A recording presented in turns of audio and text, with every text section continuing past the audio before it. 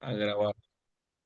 Bien. Entonces, este capítulo de Juan, capítulo 6 tiene cierta similitud cuando nosotros lo vemos de alguna manera con el capítulo 23 del libro de Salmos. Dice la palabra: Jehová es mi pastor y nada me faltará. En lugar de delicados pastos me hará descansar y junto a corrientes de agua me pastoreará. Entonces, si nosotros nos ponemos, nos damos cuenta, este capítulo menciona ciertas características del capítulo 23 del libro de Salmos, porque dice: Jehová es mi pastor y nada me faltará.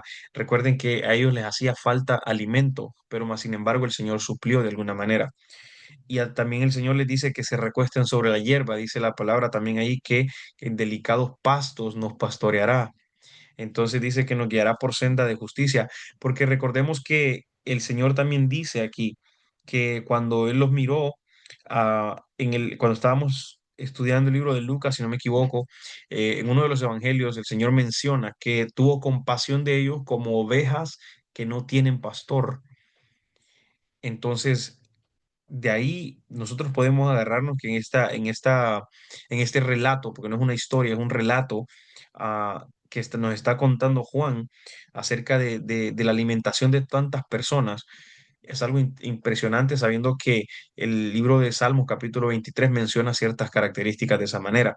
Entonces, para que tomemos un poquito de referencia, ¿verdad? Leamos nosotros este relato nuevamente y en algún momento cuando tengamos el tiempo vayamos al libro de Salmos capítulo 23 y vamos a encontrar cosas preciosas ahí, ¿verdad? Entonces, quería dar ese punto para que nosotros podamos pues ir estudiando la Biblia y ver cómo la palabra de Dios tiene referencia a ella misma y la palabra de Dios dice que la palabra de Dios se explica a ella misma, ¿verdad? Se interpreta a ella misma.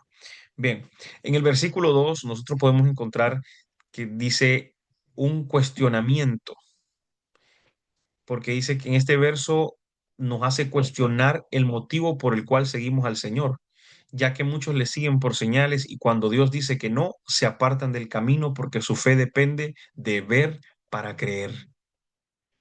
Imagínense qué cosa. Nosotros tenemos que analizarnos a nosotros mismos y preguntarnos por qué yo estoy siguiendo al Señor. Porque muchos le seguían en ese momento por las señales que hacían. Eso dice el versículo 2, por las señales que él hacía. No lo seguían porque él era rey, no lo seguían porque era hermoso, no lo seguían porque era el hijo de Dios, no lo seguían porque él creó el universo, no lo seguían porque él les daba vida todos los días, no lo seguían por eso. No lo seguían porque sabían que él era el Mesías, era el que estuvo presente teológicamente hablando con Josué, cuando Josué vio, dice, a un varón que se paró frente a él y él estuvo presente con los tres jóvenes en Babilonia cuando los metieron al horno de fuego. No, ellos no lo seguían por lo que él es, no lo seguían por eso, lo seguían por lo que él podía dar. Y aún así el Señor es tan misericordioso, tan maravilloso, que aunque nosotros le sigamos de esa manera, Él nos acepta. Porque muchas veces nosotros, hermano, podemos nosotros hablar con confianza delante de las demás personas y poder mencionarle y decirle, muchas veces nosotros estamos pasando situaciones difíciles y nuestra fe se debilita, nuestra fe flaquea, nuestra fe se detiene por todo lo que estamos pasando cuando debería ser lo contrario, porque entonces significa que si Dios me tiene bien, entonces yo le alabo, yo le adoro, yo le exalto, yo le canto, yo le sirvo, pero si no me tiene bien, entonces no. Entonces no lo hago. Entonces nosotros estamos condicionando nuestro servicio, condicionando nuestra fe, estamos condicionando nuestro amor hacia el Señor. Porque si el Señor dice que no, nos vamos corriendo entonces. Si el Señor dice que no, ¿qué vamos a hacer nosotros? Entonces, tenemos que aprender que Dios es soberano. Dios es soberano porque Él es rey. Entonces, ese cuestionamiento que nosotros tenemos que hacernos, ¿verdad? Si estamos siguiendo al Señor de verdad porque quiero que me dé una casa, porque quiero que me dé papeles, porque quiero que me dé esto, por eso lo estoy siguiendo.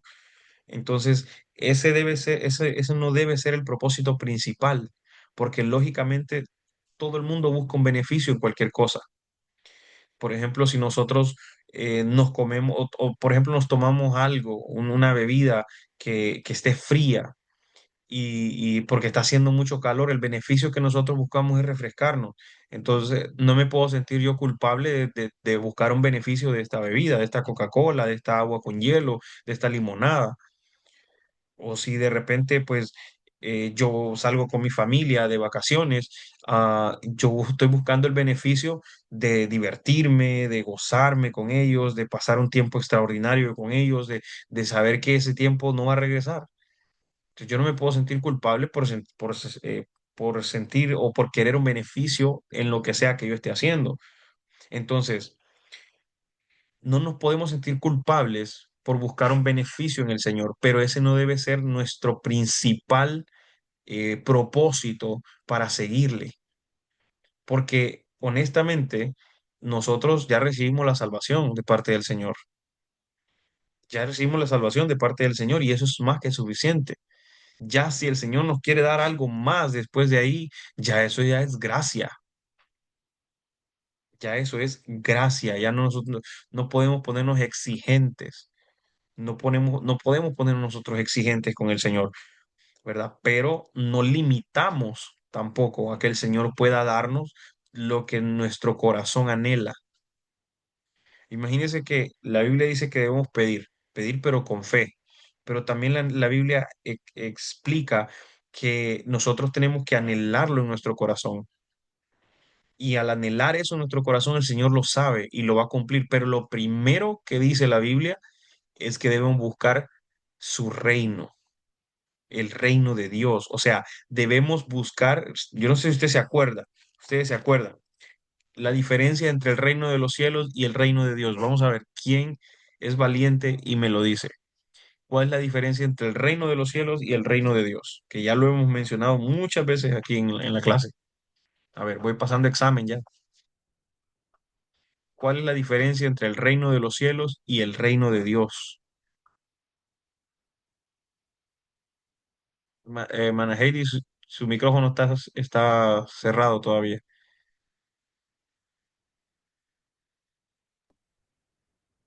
Sí, la diferencia de el reino El reino de los cielos y el reino de Dios. el reino de los cielos, bueno, de Dios es que ya estamos nosotros ya en en la gloria de Él, ¿no? Que ya estamos en, ay, ¿cómo me explico? No, hermana, no me se explica. No me sé. Sé la diferencia, pero no sé cómo explicarlo. Sí, Ok, ok. Es que tenía que verlo escrito, hermano, para que escríbalo para que después lo lea mejor. A ver, ¿quién más, hermano? Imer, pastor. Vamos a ver, por mientras la hermana Heidi va tejiendo ahí los pensamientos. Vamos a ver, ¿cuál es la diferencia entre el reino de los cielos y el reino de Dios? Vaya, son las 8 en punto. Voy a dar un minuto nada más antes de decir la respuesta yo. A las 8:01 doy la respuesta. El reino de Dios somos nosotros o Dígame. No me pregunte, pues si yo soy el que estoy preguntando. Me no, contesta la esa pregunta con parte, otra pregunta. sí, de esa parte no me acuerdo, pero eh, el reino de Dios es que hay algo, yo he leído algo así, pero como que el reino de Dios somos nosotros, pues. O sea, porque Dios debe morar en nosotros. Entonces, el reino de Dios, ¿no?, es el corazón nuestro, pues. Ok, Entonces, ya el reino de los cielos es la morada final del, ok. bueno, pienso A yo. ver, a ver, ok, vamos bien, vamos bien. Mi pastor, vamos a ver.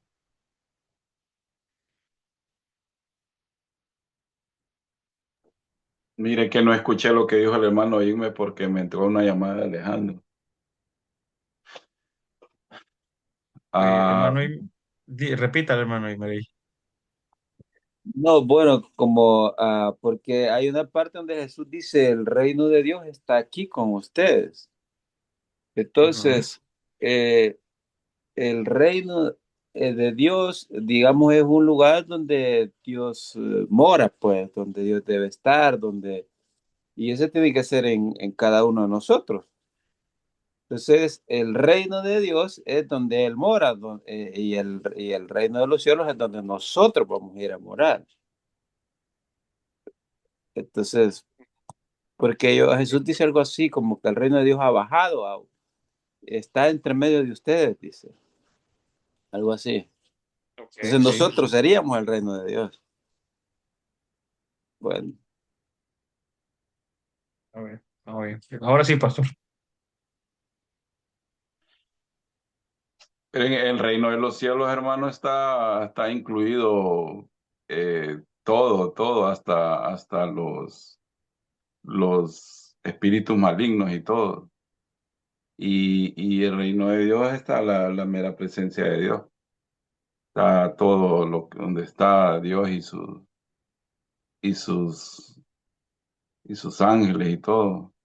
Pero también el reino de Dios está en nosotros también.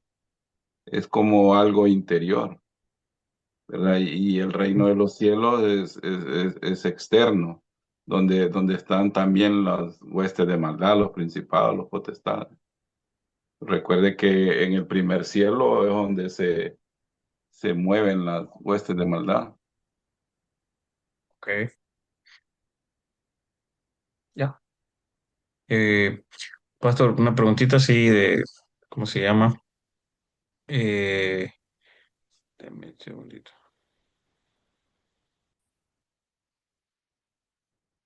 Entonces decía que el reino de los cielos es un lugar y el reino de Dios es un estado de gobierno en el cual nosotros debemos estar todos, ¿verdad? Entonces, la idea básica de esto es que si nosotros estamos bajo el reino de Dios, nosotros tenemos que saber que estamos bajo un gobierno y el Señor es soberano. El Señor hace como Él quiere, eso dice la palabra. Entonces nosotros tenemos que entender que si a veces el Señor nos dice que no, es por nuestro bienestar, por nuestro propio bien. Entonces tenemos que analizarnos a nosotros mismos, ¿verdad? ¿Por qué nosotros estamos siguiendo al Señor? ¿Cuál es el principal propósito por el cual nosotros estamos siguiendo al Señor? ¿Verdad? Si lo hacemos porque Él es de verdad el Señor o porque buscamos si tal vez logramos alcanzar un pedacito de esos panes y esos peces. Bien, continuamos entonces. En el versículo 6 dice, aquí vemos que Jesús probó la fe de Felipe, el cual lo primero que pensó es si le ajustaba el dinero. Se le olvidó que aquel que creó todo lo que existe estaba con él. Y es interesante, justamente ahorita en el bautismo que tuvimos, pues nuestra pastora leyó en el libro de Hechos, en el capítulo 8, leyó en el libro de Hechos, en el capítulo 8 si no me equivoco otra vez, eh, acerca de Felipe. Imagine usted la fe que Felipe tuvo después de este acontecimiento. La fe que Felipe generó después de este acontecimiento, porque se encuentra con el eunuco y todavía lo bautiza al eunuco. Y dice la palabra que el espíritu lo arrebató y se lo llevó de ahí. El mismo espíritu de Dios lo arrebató y se lo llevó de ahí. Así en cuerpo y alma, en carne y hueso, lo arrebató y se lo llevó de ahí. Y el eunuco se quedó viendo, ¿y qué pasó? ¿Y dónde está? Porque él desapareció de ahí en ese momento. Entonces, las cosas maravillosas que Felipe podía hacer en el tiempo de él, por lo que había creído, ¿me entiendes? Por las cosas que había visto. El Señor probó su fe. Ahora, aquí hay algo tremendo. Si el Señor está probando nuestra fe, ¿cómo prueba el Señor nuestra fe? ¿Cómo prueba el Señor nuestra fe? Pasándonos por fuego, pasándonos por fuego. Entonces, de esa manera nuestra fe es probada. Ahora, imagínense que el Señor probó la fe de Felipe en ese momento. Iba a decir Felipe, la fe de Felipe en ese momento y las cosas grandes que Felipe hizo después. Entonces, sentámonos dichosos cuando el Señor esté probando nuestra fe, porque algo tremendo va a suceder después, algo grande, algo poderoso el Señor va a hacer en nuestra vida más adelante. Sintámonos dichosos nosotros por estar de repente siendo probados por el Señor. Si nosotros somos probados por Él, vamos a ser aprobados por Él. Así que guardes esa frase también en su cabecita. Eso está en Primera de Eduardo capítulo 4 versículo 2. Entonces, no nos angustiemos, amados hermanos, no nos angustiemos. Eso es algo que nosotros podemos enseñar en las células. Recuerde exponer la palabra, pero también aplicarla, ¿verdad? Aplicarla, enseñarle a los hermanos cómo poder aplicar la palabra de Dios a las vidas de ellos, poder decirles que el proceso que estamos pasando, ese proceso es para que nuestra fe se aumente, porque cosas grandes el Señor va a hacer en nuestra vida. Porque cosas maravillosas va a hacer después el Señor. Algo está quitando de nosotros. Algo está arrancando de frente de nosotros, adentro de nosotros, dentro de nuestra casa. ¿Para qué? Para que algo nuevo crezca, para que algo nuevo se desarrolle. Entonces, para poder sembrar, primero hay que desbastar la tierra, hay que herir la tierra para poder sembrar. Si usted quiere cosechar un alimento fresco, agradable, hermoso, un alimento que sea saludable, muy delicioso, primero tiene que herir la tierra con con el arado. Después de herir la tierra, te toca revisar, arrancar todas las raíces, las malezas, quitar todas las piedras, todo lo que sea dañino para la planta que se va a sembrar. Y luego, todavía después de herir la tierra, se siembra. Y la forma de sembrar es ensartando, todavía ensartando una lanza en la tierra para poder meter la semilla y luego la semilla tiene que morir ahí adentro. O sea, imagina el proceso. Nosotros lo vemos tranquilo porque decimos, ah, es tierra, no le duele. Pero cuando lo aplicamos a nosotros mismos, entendemos nosotros por qué la palabra dice que el Señor es el buen sembrador. Nosotros hemos visto la parábola del sembrador, ¿no? El sembrador salió a sembrar la semilla, pero qué bonita la palabra del sembrador, qué bonita es la parábola, qué bonito lo dijo el Señor, pero no entendemos que para que ese fruto, esa semilla hubiera dado fruto al 100 por 1, tuvo que haber pasado un proceso terrible la tierra. ¿Te imaginas si nosotros fuéramos esa tierra? Ahora, yo le tengo una noticia. Nosotros somos esa tierra, porque no dice la palabra de Dios en Génesis capítulo 2 que el Señor dice, tomó del polvo de la tierra y nos formó a nosotros. Entonces nosotros somos esa tierra. Y aún la parábola del sembrador más adelante lo explica, donde el Señor dice que nosotros somos esa tierra, pero tenemos que pasar para que la semilla sea sembrada en nosotros, tenemos que pasar por ese proceso donde la tierra es herida, es golpeada, es arrancada, le sacan todo lo malo y todo. Si la tierra pudiera hablar después de esos procesos, la tierra gritaría, se quejaría, lloraría la tierra, porque es un proceso muy difícil, muy fuerte, pero todo sea para que al final haya un fruto abundante. Entonces, el Señor está probando la fe de Felipe. ¿Para qué? Para poder multiplicar los panes y los peces en gran manera, de manera sobrenatural. Entonces, no nos preocupemos porque el Señor esté probando nuestra fe. Si nos pasamos rapidito al versículo 11, hay algo extraordinario. El agradecimiento es una llave para recibir multiplicación. El agradecimiento, hermanos, es una llave que nos ayuda a nosotros a recibir la multiplicación en todos los órdenes, en todos los sentidos. Agradecer por lo que tenemos, porque imagínense que a veces estamos, qué bonita es mi camisa, pero, ay, pero si tuviera la camisa del otro, pero está más bonita la de aquel, está más bonito el carro de aquel, o aquel carro es mejor que el mío. En lugar de agradecer por lo que tenemos, porque una cosa le dijo Andrés, si no me equivoco, en el verso 11 dice, en el verso 10 a ver. Andrés, sí, llegó Andrés. En el verso 8 llega Andrés y le dice, aquí hay un muchacho que tiene unos panes y unos peces, pero ¿qué es esto para una gran multitud? ¿Qué es esto para una gran multitud? Y el Señor, ¿qué hizo? Dio gracias por lo que tenía.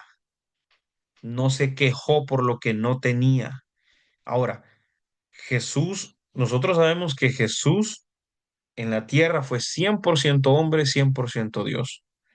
No, no quiero que me malinterpreten pensando que voy a decir que Jesús dudó, no, pero Jesús sabía, porque Jesús también tenía ojos naturales, sabía que ese poquito de comida no iba a ser suficiente o no parecía suficiente para tanta gente.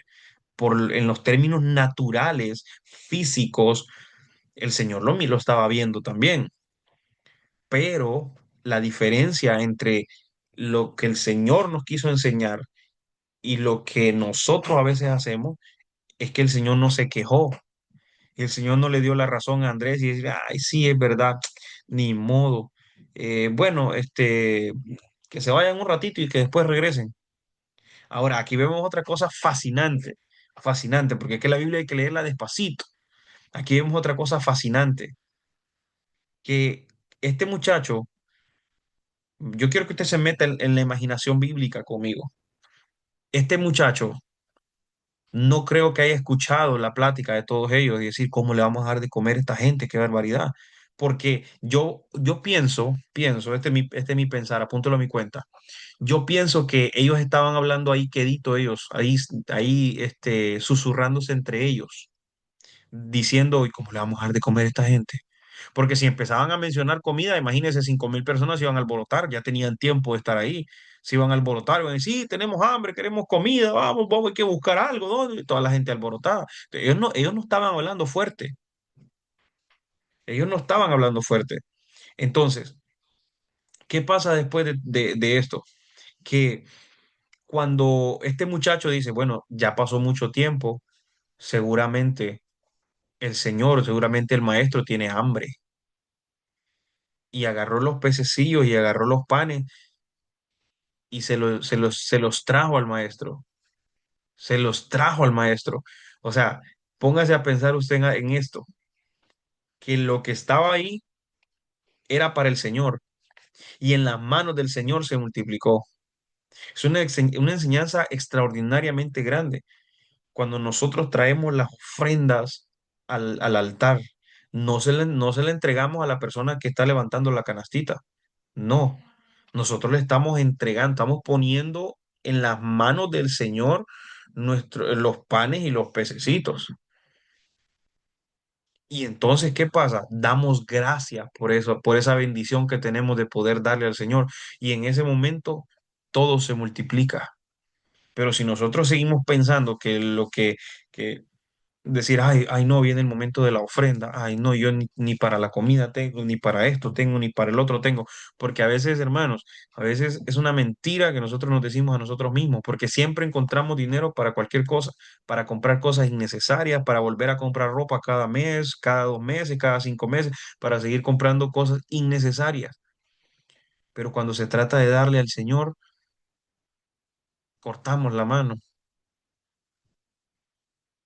Entonces tenemos que aprender nosotros que parte del agradecimiento o una forma de agradecimiento es cuando nosotros ofrendamos.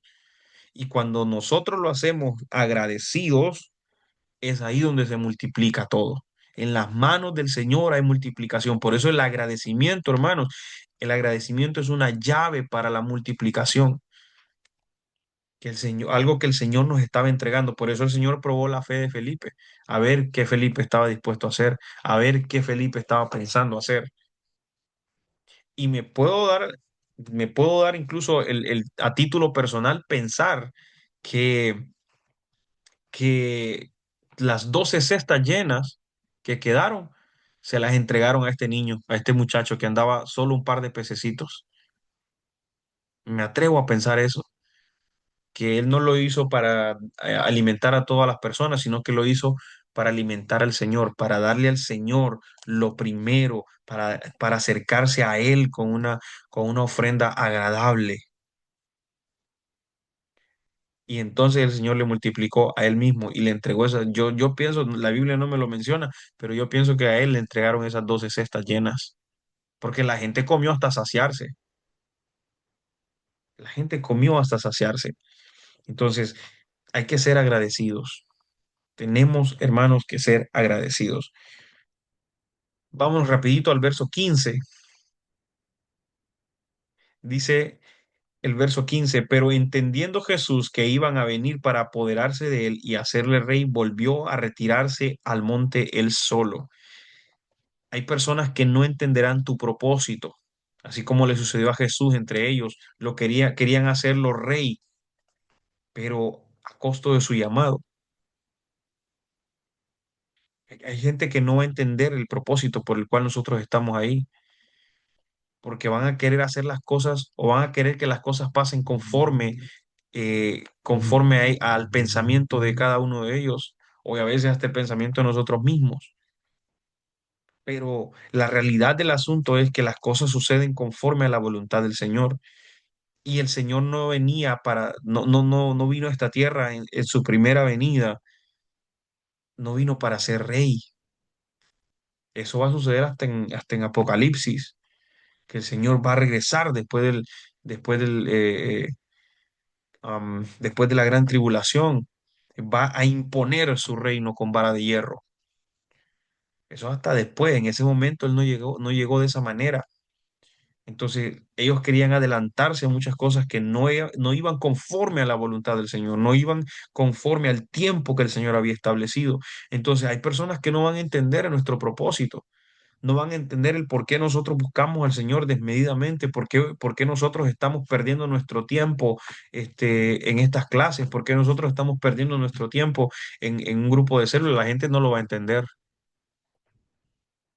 La gente no lo va a entender porque no estamos en el mismo plano. La Biblia nos enseña a nosotros que las personas que son carnales, naturales, solo piensan en las cosas de la carne, no entienden las cosas del espíritu. Nosotros debemos, hermano, por eso caminar en el espíritu para entender las cosas espirituales y repeler las cosas de la carne. Y así nosotros vamos a poder entender nuestro propósito en el Señor. Vamos a poder entender nuestro propósito en el Señor. Porque imagínense, Jesús venía con el propósito de morir en la cruz del Calvario y ellos querían sentarlo en un trono. Incluso hasta Pedro dijo, yo no te voy a dejar que vayas a morir a la cruz. ¿Y qué le dijo el Señor? Aléjate de mí, Satanás, que me eres piedra de tropiezo. Aléjate de mí. Esa palabra, en el griego diabolos, que significa enemigo o calumniador. Entonces el Señor le dijo, aléjate de mí, diabolos, calumniador, aléjate de mí, porque me está haciendo como piedra de tropiezo. ¿Para qué? Para cumplir mi propósito. Entonces, tengamos mucho cuidado porque hay personas que van a intentar detener nuestro propósito, así como al Señor le estaba pasando en ese momento, que su propósito era la salvación y ellos querían sentarlo en un trono. Ellos querían una revolución donde murieran mucha gente, cuando no es así. Las cosas tienen que ser conforme a la voluntad del Señor. Vamos a dar un minuto para que si alguien tiene alguna pregunta, algo que quieran aportar, alguna pregunta que tengan por ahí rapidito o algo que quieran aportar de lo que hemos leído hasta este momento.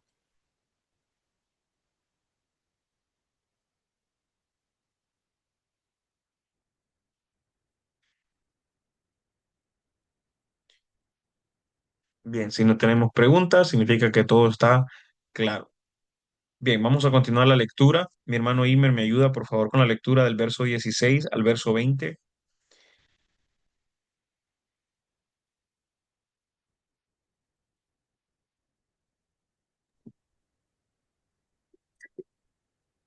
Dice, al anochecer descendieron sus discípulos al mar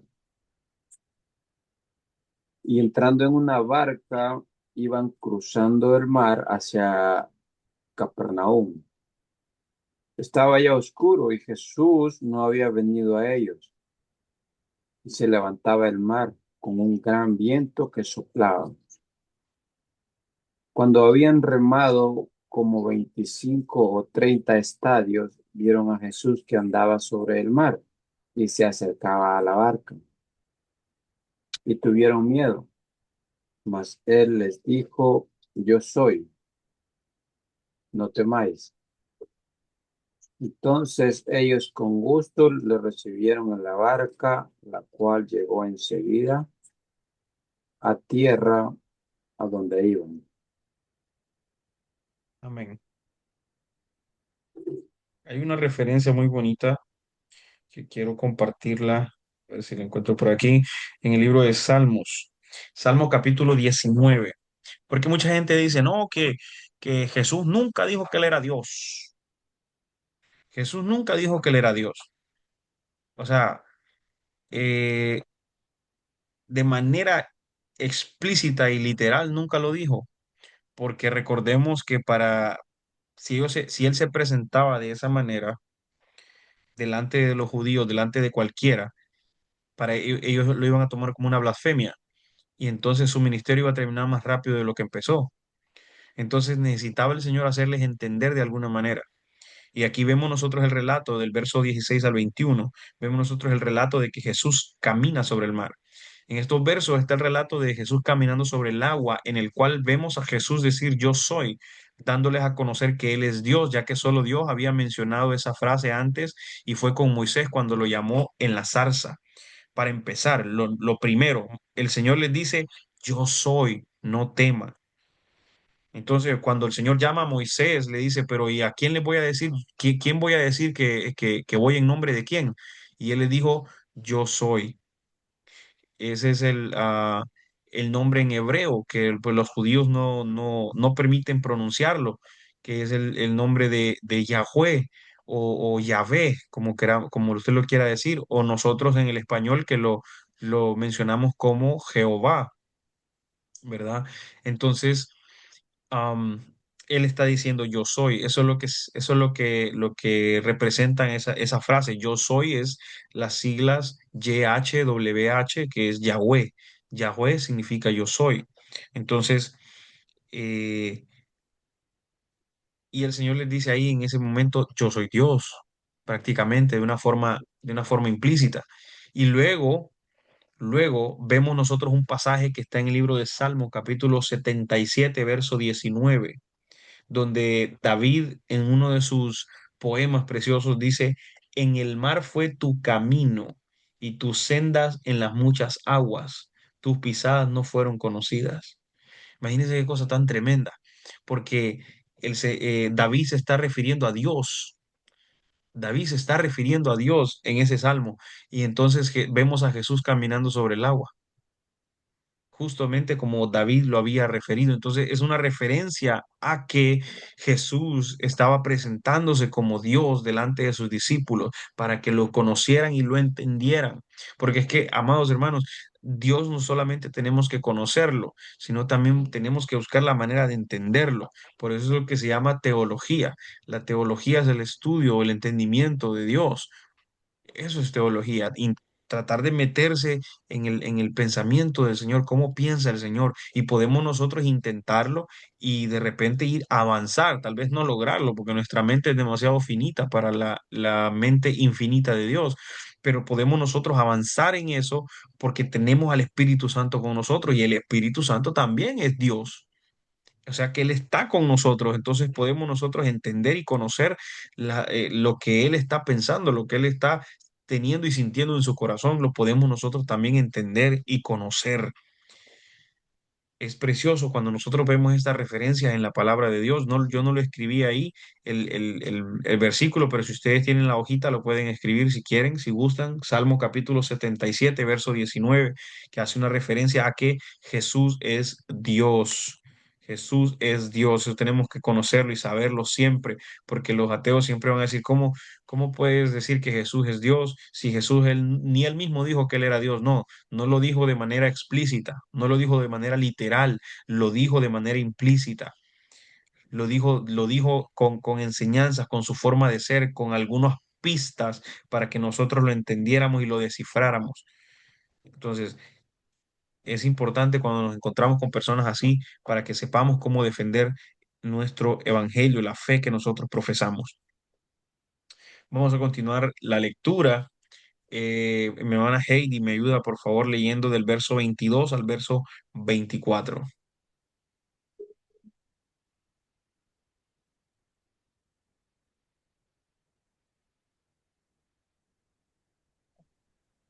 Bendiciones. Aleluya. Del 22 al 24, ¿sí? Amén. Amén. La gente que busca a Jesús. El día siguiente, la gente que estaba al otro lado del mar vio que no había habido allí más que una sola barca y que Jesús no había entrado en ella con sus discípulos, sino que estos se habían ido solos. Pero otras barcas habían arribado de Tiberias Mm. junto al lugar donde había comido el pan después de haber dado gracias al Señor. Cuando vio pues la gente que Jesús no estaba allí, ni sus discípulos, entraron en la barca y fueron a Capernaum Bernabé, bus buscando a Jesús. muy bien. Amén. Mire que en en este capítulo, perdón, en este verso, en estos versos que leímos, se vuelve a hacer referencia al agradecimiento. Se vuelve a hacer referencia al agradecimiento. Imagínense qué cosa tan tremenda, porque dice que él estaba, dice, y Jesús no había entrado en él, pero sino que se habían ido solos, pero a otra barca, dice, donde, junto al lugar donde habían comido el pan después de haber dado gracias al Señor. Junto al lugar donde habían, imagínense cómo quedó nombrado ese lugar en la Biblia. Junto al lugar donde habían comido el pan, pero, donde habían adquirido el beneficio, pero Dado donde gracias. habían recibido lo que estaban pidiendo o necesitando, pero es que hay un pero y ese es un pero que vale. El lugar donde ellos habían encontrado su saciedad, donde encontraron la resolución a su necesidad, en el lugar donde ellos habían recibido su bendición, su multiplicación, pero, pero después de haber dado gracias. O sea, recibimos de todo, pero después de haber dado gracias. Yo sé que los momentos a veces son bien complicados y bien difíciles que a veces pasamos y lo primero que hacemos es arrodillarnos ante el Señor y preguntar, ¿por qué, Señor? Pero, hijo, no te sirve que tu palabra dice que... Y Señor, y Padre, ¿por qué? ¿Por qué? ¿Por qué? ¿Por qué? En lugar de dar gracias al Señor. Gracias, Señor, porque tengo vida, tengo salud, independientemente de lo que haya pasado. Bueno, no comí 3 veces hoy, pero gracias porque pude comer una vez. Hay personas que no comen ni una vez en una semana y nosotros tenemos por lo menos un tiempo al día y aún así nos quejamos. Aún así nos quejamos, tenemos nuestro armario lleno de ropa y aún así decimos no tengo nada que ponerme. Y hay personas que tienen que vivir con la misma ropa durante todo un año porque no pueden no saben lo que es una camisa nueva. Yo creo que ellos saben que es una camisa nueva cuando la mamá o el papá o alguien les esconde la camisa y se la da a fin de año. Como nunca la volvieron a ver, cuando ya la miraron, dije, hey, una camisa nueva, tal vez así. Y aún así nosotros nos quejamos. Imagínense. Verdaderamente que el Señor por su gracia y su misericordia no nos ha consumido, de verdad. Tiene paciencia el Señor, de verdad, tiene paciencia, porque así somos malagradecidos muchas veces. Y entonces aquí en estos versos, el apóstol Juan vuelve otra vez a recalcar sobre el agradecimiento, cosa más tremenda, el agradecimiento. Y dice en el verso 24. Dice, cuando vio pues la gente que Jesús no estaba ahí, ni sus discípulos, entraron en las barcas y fueron a Capernaum buscando a Jesús. Imagínense, seguimos cuestionándonos nosotros mismos. ¿Qué tanto nosotros buscamos del Señor? ¿Lo suficiente, muy poquito o demasiado? Demasiado no es una respuesta, no es una opción. Poquito tampoco. y suficiente puede ser. Porque ¿qué sería suficiente? La gente que estaba ahí acababan de comer los panes y los peces, acababan de ver milagros tremendos, acababan de ver al Señor haciendo cosas extraordinarias, pero aún así lo estaban buscando. Lo estaban buscando y vieron que el Señor no estaba ahí. Imagínense, todas habían arribado, las barcas habían arribado este, de Tiberias, todas habían arribado ahí y vieron que ahí no estaba el Señor y se fueron todos para Capernaum. Se fueron todos para Capernaum porque estaban buscando al Señor. ¿Qué estamos dispuestos nosotros a hacer para buscar del Señor? ¿Qué estamos nosotros dispuestos a hacer para buscar del Señor? Porque nos cuesta levantarnos, hermanos, nos cuesta levantarnos el día que hay ayuno congregacional, nos cuesta levantarnos ese día temprano para entregarle al Señor ese ayuno desde temprano, desde temprano. El anterior ayuno congregacional que hubo, nos reunimos con mis discípulos de temprano en la mañana y todavía les digo yo, crean que les estoy teniendo piedad porque les dije que nos íbamos a levantar a las 7 de la mañana para orar. A esa hora empezamos a orar. Bueno, a esa hora empecé con ellos a orar, pero yo me levanté más temprano. Pero les digo yo, todavía les estoy teniendo consideración porque la hora de levantarse, cuando nosotros ayunábamos, cuando estábamos en la iglesia sirviendo allá en Honduras, era levantarse a las 4 o 5 de la mañana por muy tarde y desde ahí empezar a orar. Recuerdo que mi abuela hacía eso, levantarnos tempranito, tempranito para la oración y después a la iglesia, al ayuno y después nos íbamos nos quedamos en el templo ya en la noche para, para celebrar el servicio, el culto al Señor. Y a veces eso nos cuesta a nosotros, hermano. Y esta gente agarró un barco. Esta gente agarraron un barco que a saber cuánto, yo honestamente no investigué cuánta es la distancia de Tiberia hasta Capernaum, no la investigué, pero tomaron un barco para buscar al Señor y nosotros, si está lloviendo, si está nevando, nosotros nos cuesta buscar del Señor. Terrible. Recuerdo que para la última nevada que hubo fue tan tremendo que de repente ya íbamos de regreso para la casa y me tocó bajarme del carro a palear nieve para poder llegar a la casa, para poder abrir camino para poder regresar a la casa. Es tremendo, pero le podemos nosotros probar al Señor que lo amamos, que queremos buscarlo en todo tiempo, en todo momento. Claro que sí podemos. Esta gente se montó en un barco para ir a Tiberias, para ir a otros lugares. Entonces, tenemos, hermano, que cuestionarnos a nosotros mismos, indagar en nosotros mismos si estamos buscando al Señor de manera suficiente o muy poquita o cómo lo estamos buscando, ¿verdad? Entonces, tenemos que ser como esta gente, agradecida. Bien, vamos a continuar la lectura. Si no tenemos preguntas, recuerde que no necesariamente tiene que esperar a que yo mencione si tienen preguntas o no. Si usted en algún momento tiene alguna pregunta, pues ahí se puede activar su micrófono y entonces en ese momento, pues vamos a poder contestar la pregunta si Dios nos da sabiduría. Entonces vamos a continuar la lectura del verso 25 en adelante. Si me ayuda mi pastor leyendo, del verso 25 vamos a leer hasta el verso 40 y luego continúo yo.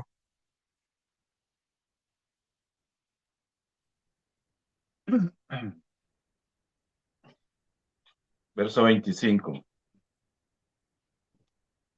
Y hallándole al otro lado del mar, le dijeron, Rabí, ¿cuándo llegaste acá? Respondió Jesús y les dijo, de cierto digo que me buscáis no porque habéis visto las señales, sino porque comisteis el pan y os saciasteis. Trabajad no por la comida que perece, sino por la comida que a vida eterna permanece, la cual el Hijo del Hombre os dará, porque a éste señaló Dios el Padre. Entonces le dijeron, ¿qué debemos hacer para poner en práctica las obras de Dios? Respondió Jesús y les dijo, esta es la obra de Dios, que creáis en el que Él ha enviado. Le dijeron, entonces, ¿qué señal pues haces tú para que veamos y te creamos? ¿Qué obra haces? Nuestros padres comieron el maná en el desierto, como está escrito, pan del cielo les dio de comer. Y Jesús les dijo, de cierto os digo, no os dio Moisés el pan del cielo, mas mi Padre os da el verdadero pan del cielo. Porque el pan de Dios es aquel que descendió del cielo y da vida al mundo. Le dijeron, Señor, danos siempre este pan. Jesús le dijo, yo soy el pan de vida, el que a mí viene nunca tendrá hambre, y el que en mí cree no tendrá sed jamás. Mas os he dicho que aunque me habéis visto, no creéis. Todo lo que el Padre me da, vendrá a mí, y al que a mí viene, no le echo fuera. Porque he descendido del cielo no para hacer mi voluntad, sino la voluntad del que me envió. Y esta es la voluntad del Padre, el que me envió, que de todo lo que me diere, no pierda yo nada, sino que lo resucite en el día postrero. Y esta es la voluntad del que me ha enviado, que todo aquel que ve al Hijo y cree en él, tenga vida eterna, y yo le resucitaré en el día postrero. Y murmuraban entonces de él los judíos porque había dicho, yo soy el pan que descendió del cielo. Y decían, ¿no es este Jesús el hijo de José, cuyo padre y madre nosotros conocemos? ¿Cómo pues dice este del cielo he descendido? Jesús respondió y les dijo, no murmuréis entre vosotros, ninguno puede venir a mí si el Padre que me envió no lo trajere, y yo le resucitaré en el día postrero. Escrito está en los profetas, y serán todos enseñados por Dios. Así que todo aquel que oyó al Padre y aprendió de él viene de mí. No que alguno haya visto al Padre, sino aquel que vino de Dios.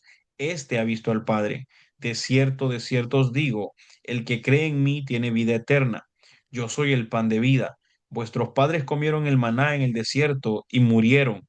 Este es el pan que descendió del cielo, para que el que de él come no muera.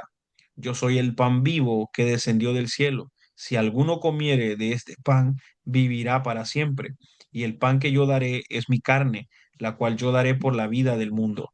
Entonces los judíos contendían entre sí diciendo, ¿cómo puede éste darnos a comer su carne? Jesús les dijo, de cierto os digo, si no coméis la carne del Hijo del Hombre y bebéis su sangre, no tenéis vida en vosotros. El que come mi carne y bebe mi sangre tiene vida eterna, y yo le resucitaré en el día postrero, porque mi carne es verdadera comida, y mi sangre es verdadera bebida.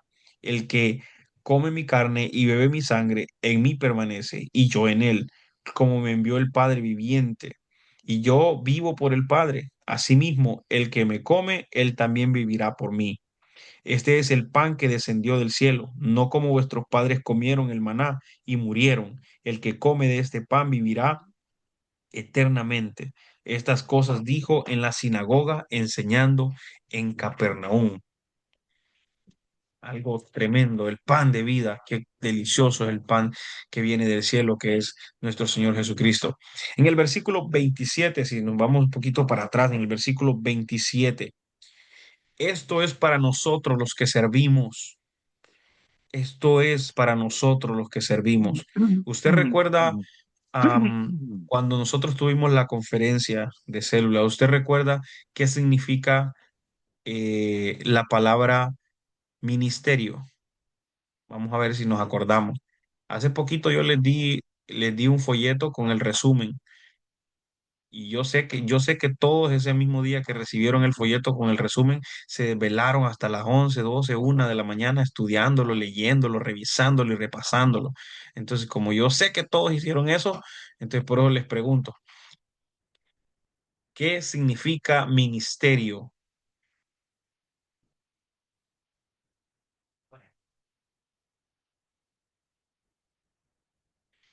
ver, una pregunta de 1 minuto. ¿Qué significa ministerio?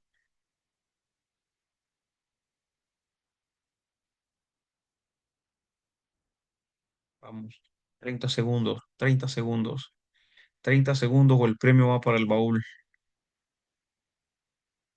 30 segundos, 30 segundos. Ya, 15 segundos, 15 segundos. Pues me voy a quedar con el carro, yo no se lo voy a poder regalar a nadie.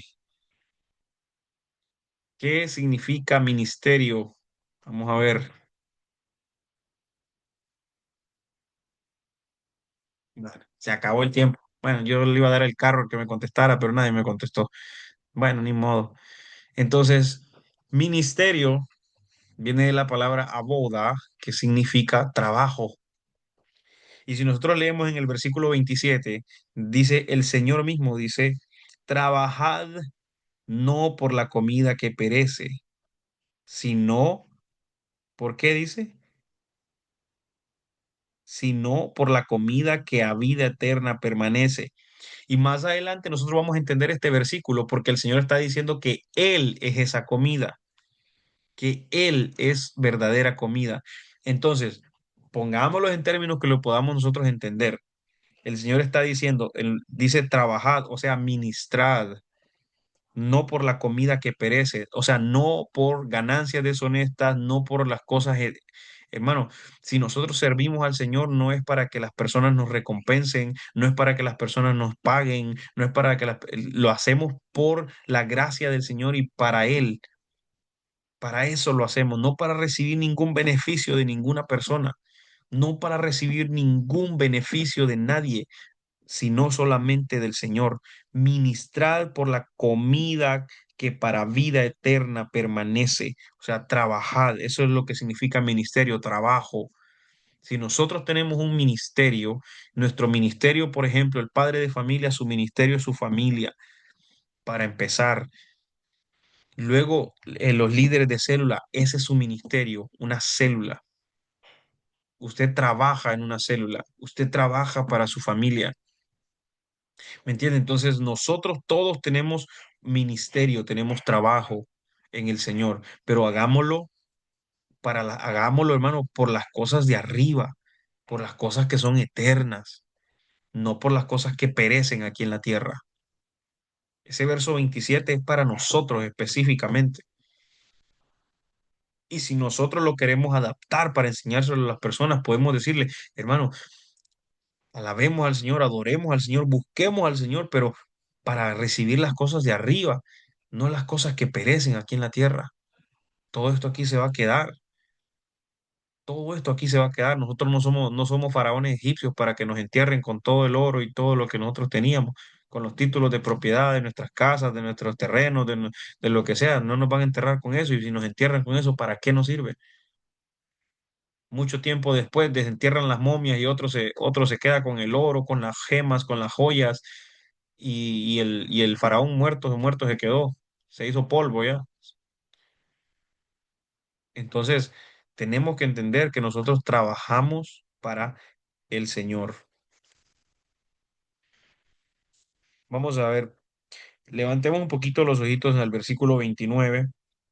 Respondió Jesús y le dijo, esta es la obra de Dios, que creáis en el que Él ha enviado. Cristo nos entrega la base de nuestra obediencia y es que creamos en Él. La base de nuestra obediencia, hermanos, es creer en el Señor. Eso es uno de los pilares fundamentales para que nosotros podamos obedecerle al Señor. Porque a veces uno no sabe y por qué el Señor me está pidiendo esto, por qué el Señor me pide que haga esto, por qué el Señor me está haciendo que me vaya por este lado.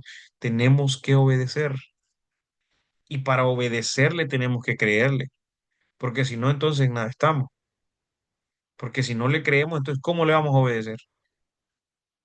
¿Cómo le vamos a obedecer? Eso es como un padre que, que le dice a su hijo, tengo un chocolate ahí en aquella gaveta, o tengo un chocolate o un helado en el refri, vaya, tráigalo para que se lo coma, vaya, agárrelo.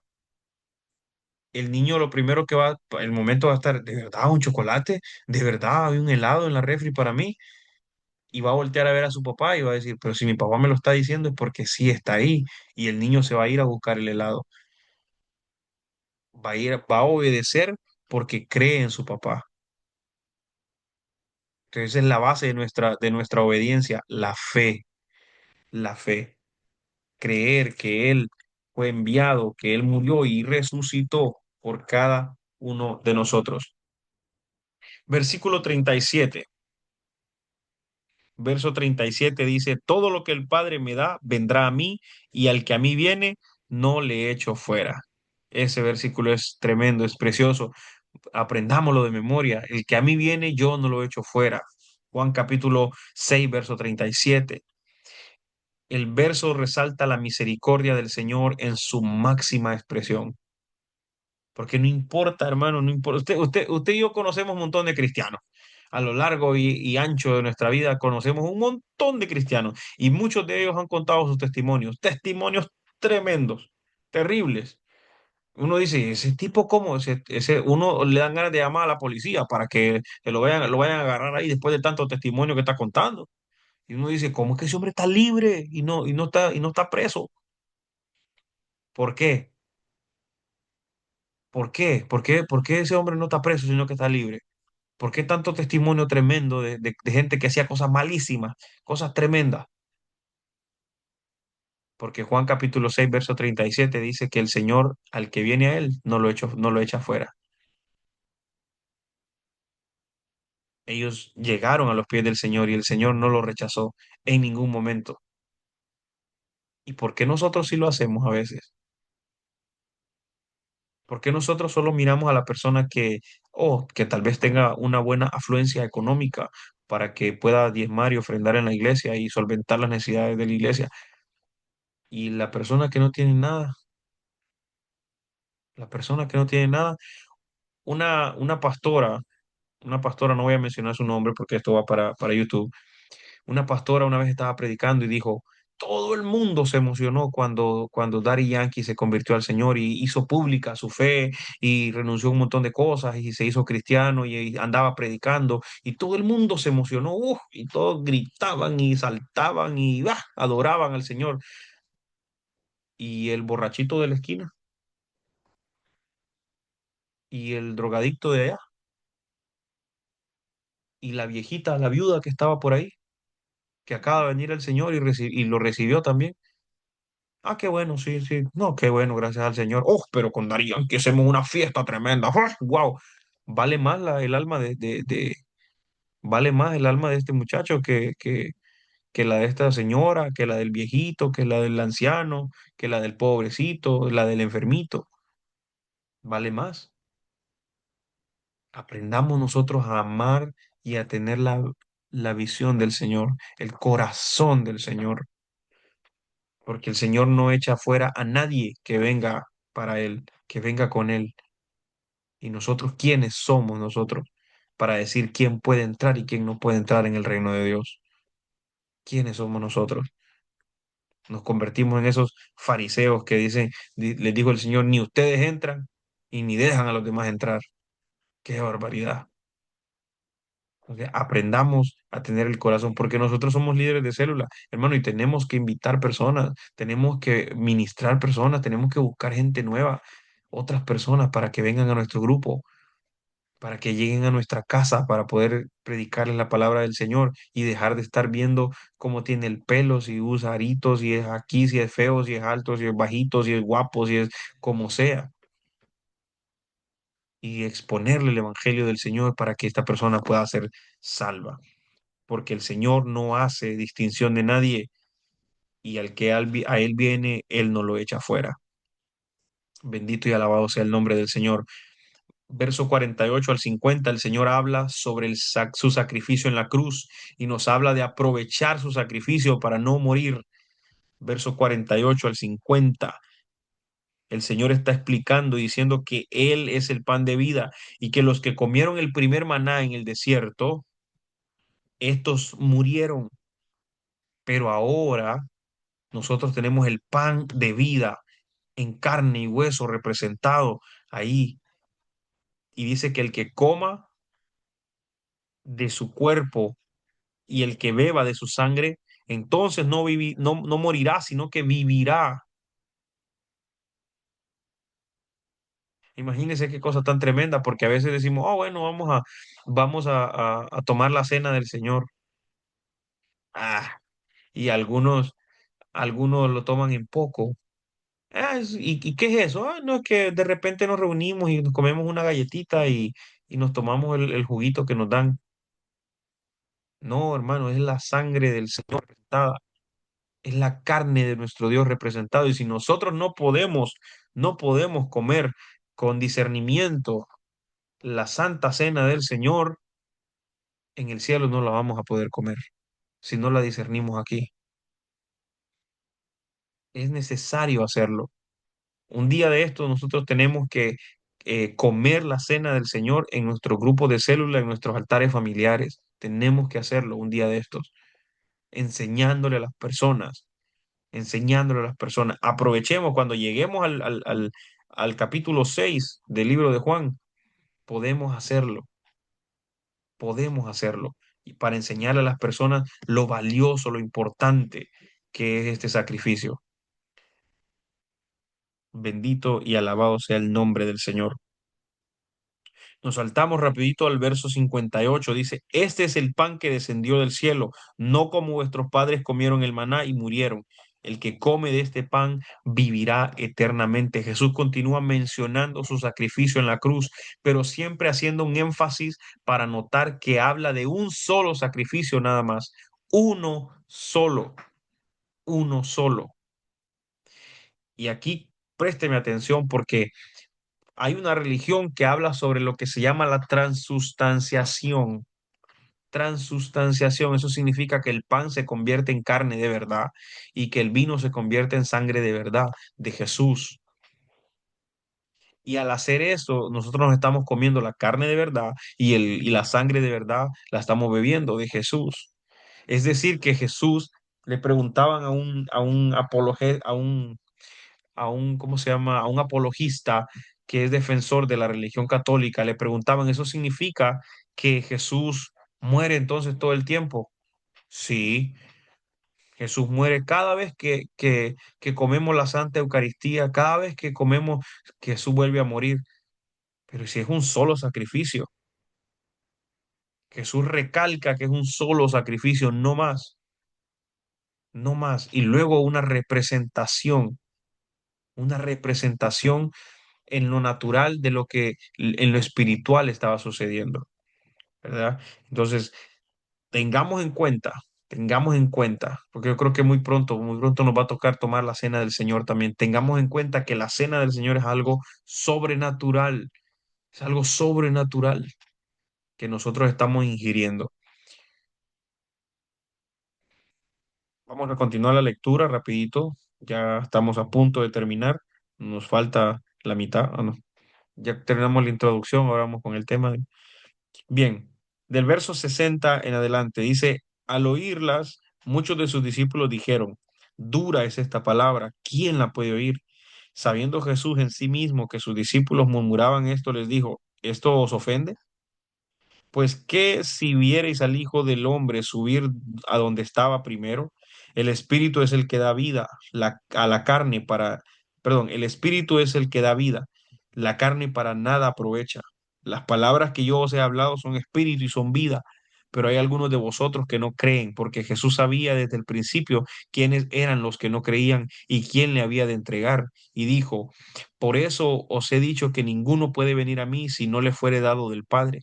Desde entonces muchos de sus discípulos vinieron atrás y ya no andaban con él. Dijo entonces Jesús a los 12, ¿queréis acaso iros también vosotros? Le respondió Simón Pedro, Señor, ¿a quién iremos? Tú tienes palabras de vida eterna, y nosotros hemos creído y conocemos que tú eres el Cristo, el Hijo del Dios viviente. Jesús le respondió, no os he escogido yo a vosotros los 12, y uno de vosotros es diablo. Hablaba de Judas Iscariote, hijo de Simón, porque este era el que le iba a entregar y era uno de los 12. Tremendo, hermano, tremendo. Mire el verso 63. Jesús menciona que los deseos de la carne no sirven para ningún provecho. Los deseos de la carne no sirven para ningún provecho. Cuando a veces queremos nosotros tener ganancias deshonestas, cuando queremos tener una tienda, un lugar, pero lo principal que vamos a vender son bebidas alcohólicas porque es lo que da plata. Yo he escuchado a mucha gente decir eso y algunos hasta cristianos. No, pero es que usted sabe que en un negocio hay que vender de todo. Yo no me lo voy a tomar, ni lo estoy obligando. Eso es por negocio nada más. Esa es mentira del diablo. Eso es mentira del diablo. Los deseos de la carne no sirven para nada, para nada, para nada. Para qué hablar con personas que no nos edifican? ¿Para qué hablar con personas que se supone que ya teníamos que haberlas olvidado, dejarlas en el pasado, no volver a revivir cosas que no sirven para nada? Porque los deseos de la carne no sirven para nada aprovecha. Es el espíritu el que da vida. Es el espíritu el que da vida. Y me llama mucho la atención el verso 66. Y quiero hacer un énfasis en esto porque recordemos que estamos en el capítulo 6 y el verso 66 forma 666. Son el número de la bestia, el número de Satanás, podemos decirlo así de esa manera. Y me llama la atención porque dice, desde entonces muchos de sus discípulos volvieron atrás y ya no andaban con él. Porque imagínense cómo se conecta la palabra. Dice la Biblia en el Apocalipsis que algunos los marcarán con la marca de la bestia y contaron el número de la bestia, dice que era un número de hombre y era 666. Entonces era un número de rebelión. Esta gente se rebeló, esta gente se volvió atrás, se fue. Y qué casualidad, podríamos decirlo, que cayó en en el capítulo 6 versículo 66, 666, donde menciona que que algunos de los discípulos, dice, se fueron para atrás, dejaron a Jesús, lo dejaron, lo abandonaron, se fueron. Eso es rebelión, eso es rebelión. Entonces, muchas veces la palabra es fuerte, pero es necesaria. Muchas veces la palabra es fuerte, pero es necesaria.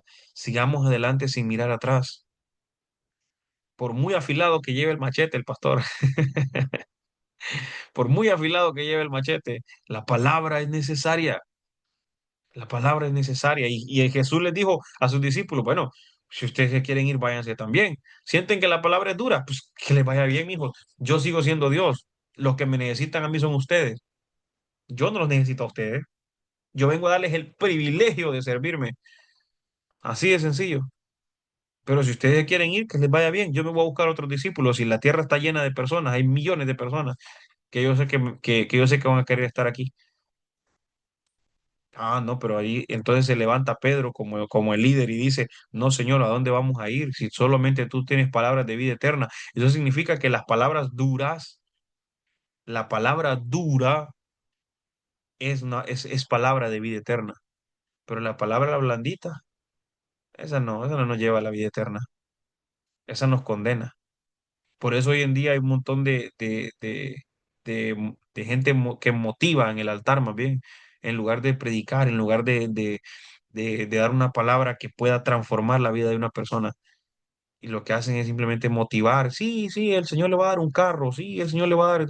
Claro que lo puede hacer, claro que lo puede hacer, pero no nos enfrasquemos en ese propósito. Motivamos a la gente y les presentamos un evangelio que no es, un evangelio que no existe, un evangelio equivocado, de que todo es paz, de que todo es tranquilidad, de que todo es amor, de que todo es color de rosas y maripositas volando por todos lados. No es así. El Señor dijo, cuando pases por las aguas, no, estas no te anegarán, no te ahogarán. Cuando pases por el fuego, yo estaré contigo, el fuego no te quemará. Estoy parafraseando. Pero entonces el Señor está diciendo, cuando pases por ahí, yo voy a estar contigo. No está diciendo, la palabra no está diciendo, y ahora que eres cristiano, no vas a pasar por el agua, no vas a pasar por el fuego. No, el Señor dice, cuando pases, yo ahí voy a estar. ¿Ves la diferencia? Que el problema es que venimos y nos hacemos cristianos y creemos que somos indestructibles, invencibles, y no es así. Seguimos siendo seres humanos hasta que el Señor nos glorifique el día en que Él nos arrebate, como dice Tesalonicenses capítulo 4. cuando seamos nosotros arrebatados, vamos a tener un cuerpo glorioso. Ahí sí, vamos a tener un cuerpo fitness, pastor. Así, un cuerpo fitness. Vamos a volver a tener los cuadritos. En el cielo vamos a ser parecidos al Señor, vamos a tener un cuerpo glorificado. Pero mientras tanto estamos aquí en esta tierra, seguimos siendo seres humanos, débiles, frágiles, expuestos a cualquier cosa. Entonces, la palabra de Dios dice el verso 68. En la palabra del Señor tenemos vida eterna que es en Cristo Jesús nuestro Señor. Ahí tenemos nosotros vida eterna, en la palabra del Señor. Por eso debemos nosotros creer, porque solamente en Él hay palabras de vida eterna. Y para terminar en el versículo 70, en este verso el Señor llama a Judas Iscariote diablo, debido a que en la palabra diablo significa en este verso lo que decía anteriormente, es una palabra en griego que se dice diabolos, que significa calumniador. Calumniador. Imagínense que llegar a colmar la paciencia del Señor, que les pegó una tremenda regañada ahí en ese momento. ¿Y acaso yo no los conozco a ustedes quiénes son? ¿Y acaso no ustedes están murmurando? ¿Y acaso de todo lo que han hecho, de todo lo que vivieron, de todo lo que pasaron? Ah, nosotros, o sea, yo los conozco a ustedes, incluso yo sé que uno de ustedes me va a entregar, incluso yo sé que uno de ustedes me va a traicionar, y aún así lo tengo aquí a la par mía, porque yo no he hecho afuera a nadie. Nadie me va a ver a mí diciendo que yo excluí personas. No, no, no, nadie. Entonces, el Señor, hermano, nos conoce. El Señor conoce todo y tratemos de no llegar, no traer al Señor al colmo, a que su paciencia se colme, a que su paciencia se termine completamente. Como siempre me gusta decirlo, dice la palabra, que Él es lento para la ira, pero es grande en misericordia. Y aunque si yo me quiero, hermano, ir desde aquí, desde Brentwood, y me quiero ir para Bayshore, por muy lento que me vaya caminando, en algún momento voy a llegar. Entonces, por eso, no colmemos la ira del Señor. Arrepintámonos antes de que eso suceda. Arrepintámonos antes de que eso suceda. Amén y amén. Amén y amén. Eso me recuerda que en la Biblia, cuando nosotros leemos donde dice desierto, desierto os digo, esa palabra en el griego es amén, es amén. Por eso el Señor por eso no, a veces lo menciono yo dos veces también, amén y amén, porque el Señor decía desierto, desierto os digo, en verdad os digo. Entonces, porque amén significa que así sea, amén significa en verdad, amén significa ciertamente. Entonces, por eso se menciona dos veces en la Biblia y nosotros, pues por costumbre, algunos de nosotros lo hacemos así también, mencionándolo dos veces. Entonces, quiero preguntar si alguien tiene algún interrogante, algo que quieran aportar a la clase. Es bienvenido en este momento. A ver, alguien que quisiera aportar algo o quien tenga una pregunta, ¿verdad? Vamos a ver, o si no, todo está claro.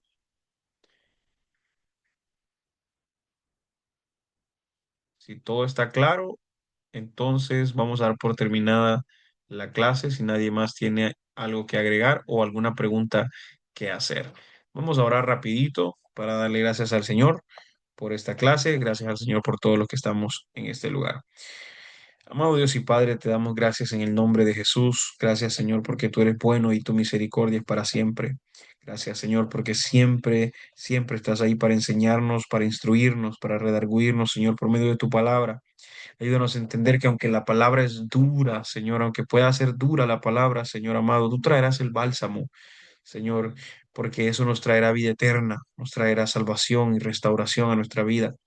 Ayúdanos, Señor, a ser agradecidos, Señor, a disfrutarnos lo que tenemos en lugar de quejarnos de lo que no tenemos, Señor. Ayúdanos a ser agradecidos. Ah, Padre, gracias. Gracias por todo, Señor, lo que tú nos das. Gracias, Padre bueno. Gracias por el alimento, ya sea mucho, sea poco. Gracias, Señor. Gracias, Señor, por esas pruebas que a veces vienen a nuestra vida, Señor amado. No entendemos el propósito muchas veces, pero sabemos, Señor, que tú con la prueba nos darás la salida también. Gracias por tu palabra, Señor. Gracias por la sabiduría y el entendimiento que pones en nosotros para poder escudriñar tu palabra, Señor, para poder entender un poquito más cada vez de lo que tú quieres para nosotros. Bendice a cada uno, Señor, de mis hermanos que estamos conectados. Señor, aquellos que no pudieron conectarse, Señor amado, también guárdalos, cuídalos, bendícelos en gran manera, Señor amado. Dales la oportunidad de hacer tiempo para poder escudriñar tu palabra, Señor, y comprender lo maravilloso que es estudiar tu palabra, Señor amado. En el nombre poderoso de Cristo Jesús. Gracias, Señor. Amén y amén. Bueno, mis queridos hermanos, que Dios me les bendiga, que tengan muy buena noche.